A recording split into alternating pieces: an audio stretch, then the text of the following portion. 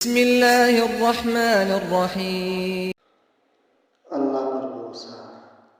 حضرت علیہ السلام نے ارشاد فرمایا، جسے یہ بھروسہ ہو جائے کہ جو کچھ اللہ کی طرف سے ہے اس کے لیے مقدر ہے، وہ اسی کا ہے، تو وہ ہمیشہ قلبی سکون محسوس کرے گا۔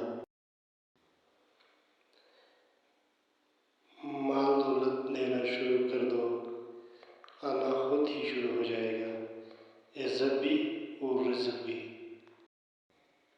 دولت مٹی کی طرح ہے اور مٹی کو پیر کے نیچے رکھنا چاہیے۔ اگر سر پہ چڑھاؤ گے تو قبر بن جائے گی۔ قبر زندہ لوگوں کے لیے نہیں ہوتی۔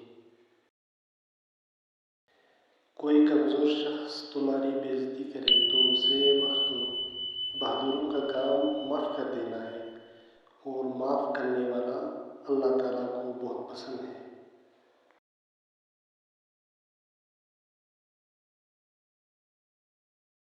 جو بہت زیادہ بولے اس کی غلطیاں زیادہ ہوں گی، جس کی خطائیں زیادہ ہو اس کی حیا کم ہو جائے گی، جس کی حیا کم ہو اس کی پرہیزگاری میں کمی آ جائے گی۔